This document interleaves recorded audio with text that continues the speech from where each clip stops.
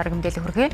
Монгол Улсын ерөнхий прокурор төрийн хууль цаазын тэргүүн зөвлөх жаргал сайхны бүр эрхийн хугацаа энэ сарын 5-нд дуусгар болсон.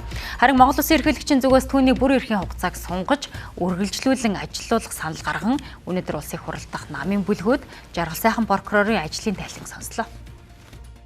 За улсын ерөнхий прокурор жаргал сайхныг улиран томилох ерөнхийлөгчийн саналыг ерөнхийлөгчийн хамгийн газрын дарга Занзан Шатар бүлгийн ээлжид тус суралдаануудад танилцуулж байна.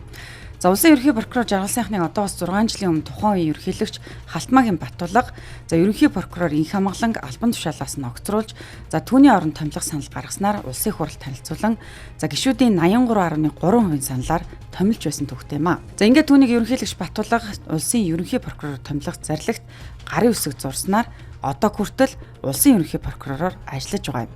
Жаргал сайхан нь улсын ерөнхий прокуророор томилогдох үедээ би улсын ерөнхий прокуророор томилогдвол эрүүдэн шүүлтийг зогсоохоос ажиллаа эхэлнэ гэж мэдэгдэж байсан.